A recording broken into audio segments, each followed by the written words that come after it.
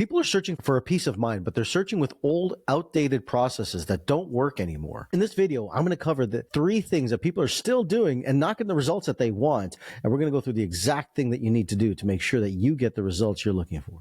So the first method people are chasing that doesn't quite work the way we want it to is meditation. Meditation is a very, very powerful tool, and it's been used since the ancient times. A very valuable tool that helps rebalance the parasympathetic nervous system. It's a calming tool. It's a calming mechanism. It's a mechanism that helps you become more grounded in your body.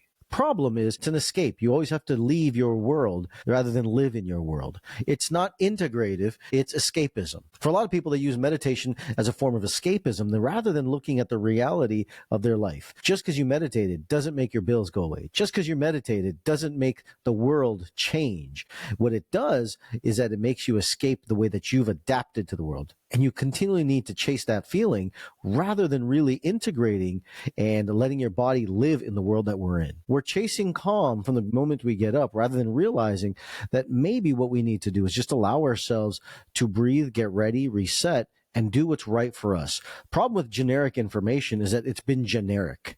It's for everybody. It's such an oxymoron. We sit and say to people that, you know what, you're unique, you're different, you're different than everybody else. But let's follow the same protocols we give everybody with their mind. It's kind of backwards. The next method people are still using is NLP. NLP is a fantastic process, a fantastic tool, and I've used it myself, and I've actually studied it, and I think it's a great tool. I think the problem that gets left with NLP is that it doesn't rebalance the brain. It helps you program the brain for more success, for more of a programmed to do more, be more, have more, all that reality, but it doesn't help you rebalance the brain, and that's the limitation that I saw with it. Is that it doesn't allow me to integrate what's holding me back. It doesn't allow me to integrate my mind. So the whole sympathetic nervous system still stays in a chase, and it continues to make me chase more and more and more. I've had a lot of people that have come into my world who have studied NLP, and I think it's great. I also see their nervous systems extremely stressed. I also see their body extremely pressured, and their mind is extremely pressured. And I see a lot of health issues that follow that. I was talking to a guy the other day. He said, oh, you reprogram people's brains and you rewire them to have more money so they can be billionaires. I said, actually, I do the opposite. I work with really successful people to have them have peace of mind. Because when you actually rewire the brain, it's not about chasing more. It's not about doing more. It's not about having more. It's about having the peace of mind to then go create more, to live more, to experience more. There's a vast difference in the two. And one comes from a place of integration. The other comes from a place of separation. And the last method I want to talk about is hypnosis. I think hypnosis is super valuable. It's helped people do amazing things, quit smoking, lose weight, do all these factors, right? And I think hypnosis does a great job in helping people get more of what they want, and it helps them remove blocks and traumas in their life. Now, I'm not a hypnosis expert, but I will say that I think that if we understand that all events, our neurophysiology is designed to respond and react to emotions and events that happen. If we don't heal an event and balance an event, we will always be in a compensation to that. So no matter what we do, we can program our brain all we want to, but unless we go find the moment and unless we don't find the emotion that's involved in that moment, the body never actually experiences healing. And healing in my language is not this, crazy altruistic thing. It's just helping energy align with love. Now, that may sound a little bit woo-woo, that may sound a little bit foo-foo to people, but I consider the moment when your sympathetic and your parasympathetic come to balance is a place of love. It's balanced. It's gratitude. The key to all healing is gratitude. So if you can be totally grateful for your life, what I found is that the parasympathetic and the sympathetic both balance, and that's where the nervous system begins to optimize. And then you may not need to hypnotize yourself. So hypnosis is super valuable. And for those that use it, fantastic. I know some hypnotists myself who are just unbelievable. They're unbelievable at what they do.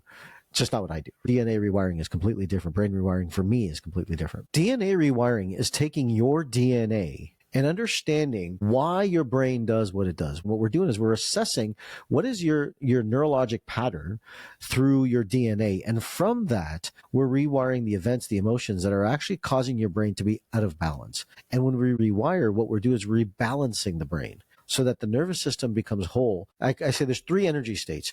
You have a low energy state, a medium energy state, and a rewired energy state. A rewired energy state is where your brain is turned on. The body is working. The brain is working. The system is working the way that it's designed. When it's in a low energy state, you're going to look for sugars, dopamines, all these things in your life that are going to make you feel frustrated. And you're going to look to seek pleasure over pain. When you go to the state of medium energy, it's a survival. It's kind of like it's what Thoreau said, right? Quiet lives of desperation.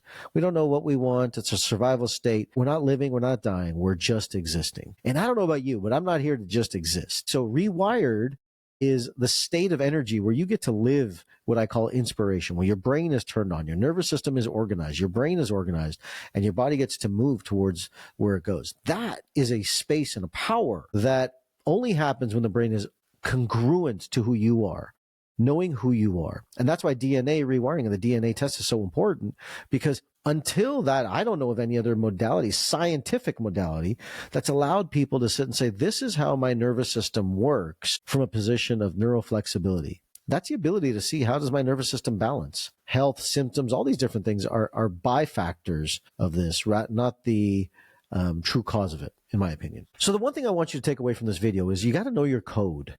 If you don't know your code, you're living somebody else's code. And somebody else's code is theirs, not yours. Until you realize what your code is, how you're specifically wired, how you're specifically designed, you can't live your authentic life, right? We all say that we're all unique, we're individuals, we're different. Then it's time to understand that it's not time to do generic protocols towards your mind's performance. I call it personalized consciousness.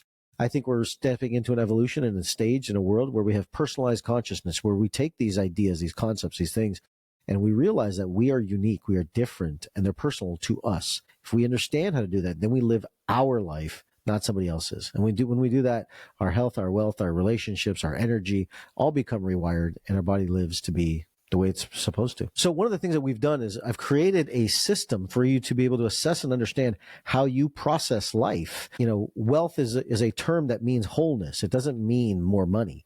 And so I call it the wealth DNA quiz. You got to do the wealth DNA quiz to see how you process life. Are you the type of person that is chasing life? Or are you the type of person that's receiving and wants to feel life? Or are you the type of person that your DNA says, you know what, I have so many tabs on that my brain's just on all the time? Or are you the type of person that says, I live in fear in life? All of these are different, and they are determining how you live, how you exist, how you grow, and your nervous system is telling you this. So if you're interested in learning this, go to the wealthdnaquiz.com. You can do a short quiz. It's 10 questions, and it'll help you understand how you process life. Are you someone that's chasing to go after it, or are you someone that wants to feel and embody it? Both different ways of living, both different ways of experiencing life. So if you found this video valuable, I want you to check out this next video. It's going to cover why certain people chase fulfillment or success based on my first book to help you understand, are you chasing success or are you chasing your life? Check it out.